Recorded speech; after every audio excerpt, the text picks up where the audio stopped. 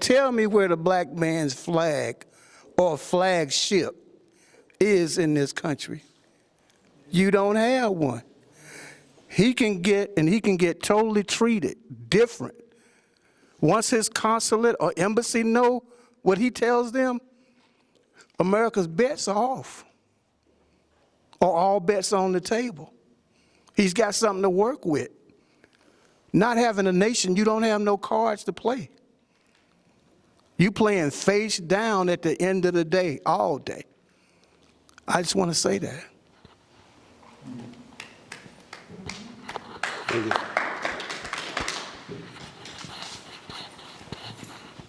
I want to speak to something, and I'm going to speak truth, a truth, and I'm piggybacking a little bit on what Maria May Khan said.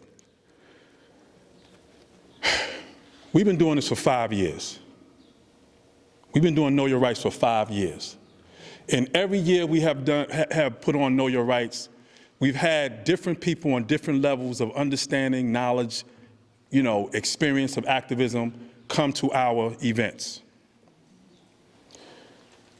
And I'm jumping to the point where at this time, we have to show them the science. And I'm speaking to the Smith School of Science for a reason, because no one is talking about fight, flight, or freeze. When we talk about police reform and police training, no one's talking about fight, flight, or freeze. And I say that because we can talk about coming together collectively, but you know what? There are laws, policies, and decisions being made behind closed doors, not collectively in the community. So I say that to say this here. At this point, we need to be behind closed doors to show them the signs. Community, you know why I say not community-wise for now? Because you're going to have a certain group of people, because of their unconscious biases, their implicit biases, their cognitive dissonance, they're going to do what they're going to do, but they're not listening to the science. So my thing is this here. Everybody saw the agenda. Everybody saw the program. Police department is not here. And we are not here to bash the police department. I mean, you're law enforcement. You understand where I'm going? But you just manifested in a room that county officers deal with a different type of training than police officers. Did you not? Yes, you did. So I say that to say this here. We have to have some serious dialogue and meetings behind the closed doors to those people who are the gatekeepers, who are making those decisions in the area of training. Police reform has got to come from a training perspective. Nobody's talking about fight, flight, or freeze but us through Smith School of Science. Nobody want to believe the science.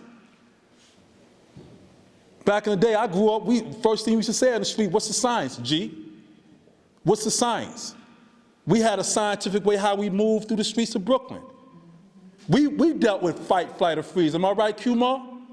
We dealt with fight, flight, or freeze, how we survived in the streets of Brooklyn. So I'm saying, with all due respect, we have to get behind closed doors. Don't have to be a community meeting, because we know what happens when you do that. Somebody takes that particular idea and run with it. Next thing you know, it's being manifest or trained throughout the nation. Here it is, we're spearheaded. And I'm going to let you speak on that. I'm just saying that's where I am with this. That's what we have to do. And I'm going to let Daphne speak on that. The last couple of Know Your Rights symposiums was when our public defenders team talked about there were laws to protect the citizens' speech. That's why they say, you don't say too much, you incriminate yourself. But I said, well, if there's laws in place to protect your speech, protect your young people's speech, your nephews, your sons, your daughters, even yourself. But I asked, is there a law to protect the body? And I never forget, I think it was I forgot her name. She looked at me and she said, you know, there is no law. There's no law to protect the body against, you know, things that are posed threatening or, you know, the interaction.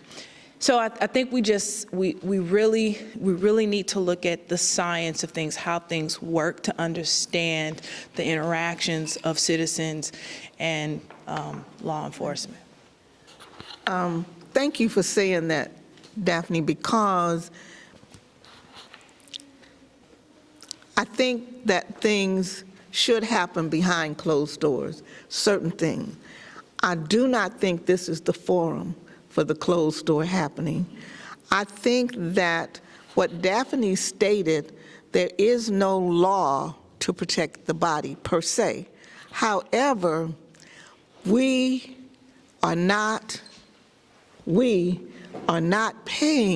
the police to understand our bodies.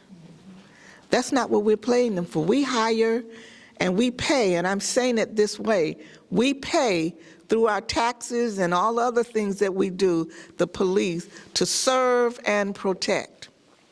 However, you hire me to serve and protect, but yet the same lines you tell me that I have to protect you from other people crossing, you cross. So now what am I supposed to do with that?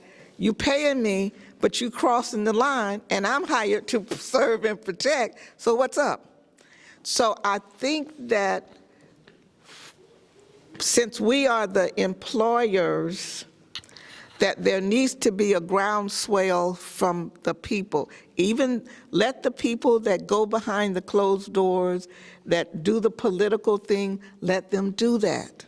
And let us influence them by the groundswell of what our wishes are. And the only way that can happen is when Patrick, myself, this organization does the Know Your Rights to help inform the people, because if they're not informed, we can't get the groundswell. So I hope I'm painting the picture for you. That we need the groundswell because the politicians are going to do what we say if we say it. So you'll hear politicians saying, my constituency says thus and so I'm going left or I'm going right. But we haven't given them a direction. The groundswell needs to come from us. We need to be informed through forums like this. Patrick is trying. Mecklenburg Council of Elders is trying. There are other system public defenders are trying. So we need to get behind the trying and make that happen so that there's a groundswell from us. And then you'll hear the elected officials behind the closed doors saying, my constituencies say we need to do this training or that training, and that changes the culture. We have got to understand who's on base, and we've got to understand our role in the whole process. Getting to the flag and the cultural thing, that will come, but you've got to have a people in order to develop that kingdom. And we're not there yet because we've been so far removed. We have collective amnesia on that end, and we need to get to that. But we've got to get to where we are right now today. And right now today, our young people, our black men are being killed by people that don't even know them. So we have got to come up with an answer. We have got to come up with an answer, and it's us. We've got to do it. And I thank Patrick and everyone else from coming here. I want to tell you something. Even from the standpoint of new music, they had to be here because we know music draws people. So we have to do more of drawing and getting people together and talking and helping them understand. You talk about wake up, we are the ones that got to do the waking up. Well, somebody got to do the shaking. And that's all I'm saying. Let's continue this. Please, let's continue this dialogue so that we can wake up and we can be a people that's saving ourselves and not being shot by people who don't even know who we are. They don't care. They don't care. They don't know who we are. We interview police officers, and I apologize for taking so much, but we interview police officers for the police award. And the one thing the white officers will tell us, and you all need to know, they will tell us, we grew up in a white neighborhood, we grew up with white friends, we went to a white school, and then we decide we want to help fight crime. So we join the police force, and they throw us into a black community and tell us serve and protect, and we have less training than a barber has to take to get a barber's license. Do you hear that? That does not make any sense in the world, but that's what they say. So they're just as perplexed as we are. It's almost like, why am I here? Okay, so we've got to do something about those things, and that's what you see Mecklenburg Council of Elders doing. Rondu does a great job at it. Hopefully Daphne gets a chance to do more of the information you gave today was mind-boggling. And now we know why we can't move sometime. And the whole thing is, what happened to all the people around George Floyd when all of that was happening and he was losing his life? What was happening? And those people were in one of those moods. They were in the flight, fight, or freeze. If I run, they might shoot me. If I fight, they've got a gun on their side, all of them might gang me and then shoot me. So they froze, and no one could do anything. We want you to understand that so that when it happens, you don't freeze.